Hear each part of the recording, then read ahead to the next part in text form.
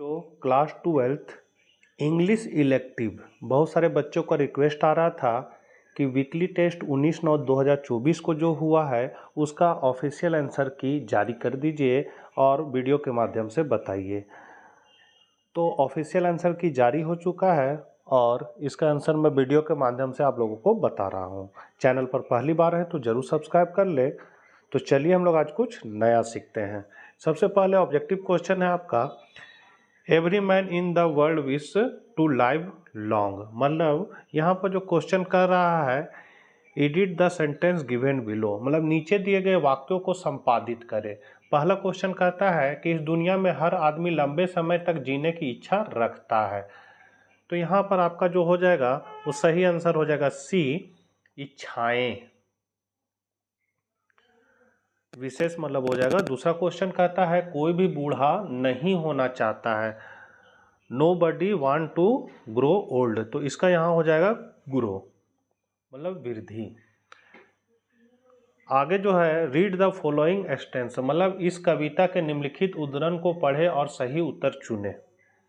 सही उत्तर चुनना है 3, 4 और 5 के जवाब आपको बताना है। Extend did कुबला Khan.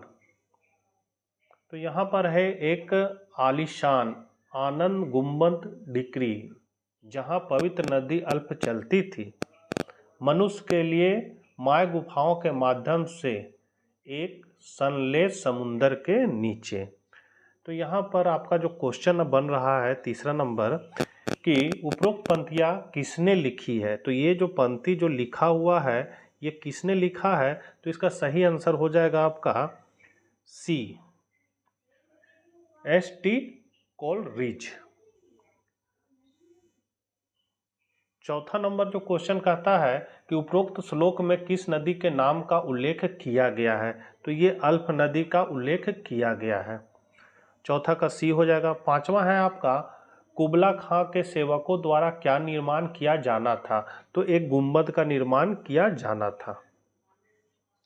छठा है वृक्ष कविता में किस प्रकार के दिन का वर्णन किया गया है, तो वृक्ष कविता में आपका ग्रीष्म दिवस का वर्णन किया है, आपका हो जाएगा समर डे। सातवां नंबर है वृक्ष कविता किसने लिखी थी, तो वृक्ष कविता जो है वो किसने लिखा है, एमिली डिकिंसन ने लिखा है। आठवां नंबर है कविता वृक्ष का विषय क्या है, तो इसका विषय है ब्यूटी एंड नेचर, मतलब प्रकृति का सौंदर्य। नौवां नंबर है निबंध उपन्यास क्यों मायने रखता है, लेखक कौन है, माने who is the author of the essay, why the novel matter, मतलब इस नोवेल मैटर के ऑथर कौन है। तो आपका सही आंसर हो जाएगा D.H. लॉरेंस। 10वां नंबर है हमारे पूरे शरीर को कौन निर्देशित करता है, तो आवर ब्रेन, मतलब हमारा मस्तिष्क जो है वो हमारे पूरे शरीर को नियंत्रण करता है। 11 नंबर क्वेश्चन कहता है कविता ट्री में बाढ़ पर लापरवाही से कौन बैठता है, तो इसका आंसर हो जाएगा बाढ़ पर एक पंछी बैठा था। 12 नंबर है यदि कोई व्यक्ति दार्शनिक है तो वह केवल किस बारे में बात करता है, तो इसका आंसर हो जाएगा एक दार्शनिक केवल अनंत की बात करता है। A philosopher taken only infinity. 13 number question कहता है एक उपन्यासकार विज्ञान धर्म या दर्शन के व्यक्ति से बेहतर है कैसे, तो इसका आंसर हो जाएगा एक उपन्यासकार पात्रों और उनके जीवन को ग्रहण कर सकता है और इस प्रकार जीवन और एक जीवित व्यक्ति के सही मूल्य को समझता है। Understand the true value of life and living person. 14 number है दोनों पंछी क्या कर रहे थे, तो इसका आंसर है एक पंछी बाढ़ पर लापरवाही से बैठा था और दूसरा पंछी जो है वो गली में चहक रहा था।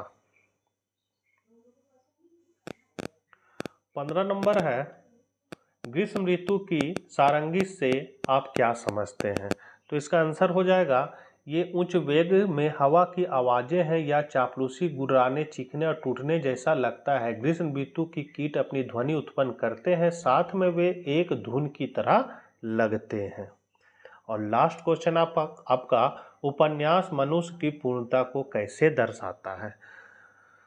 तो इसका आंसर होगा, लेखक के अनुसार उपन्यास मानव को जीवन के बारे में एक वृत्ति प्राप्त करने में मदद करके मनुष्य के जीवन की पूर्णता को दर्शाता है। उपन्यास पात्रों से बना है, पात्र इसके आत्मा खिलाड़ी हैं, ठीक वैसे ही जैसे वास्तव में हम इंसान होते हैं।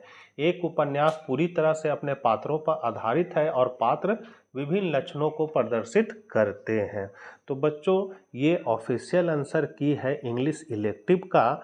जो बच्चे कह रहे थे कि जल्दी से वीडियो डाल दीजिए, तो इसको कॉपी में नोट करके याद कीजिएगा, मुख्य एग्जाम के लिए इम्पोर्टेंट है। तो मिलते हैं नेक्स्ट वीडियो तक के लिए, तब तक आज्ञा दीजिए, बाय बाय।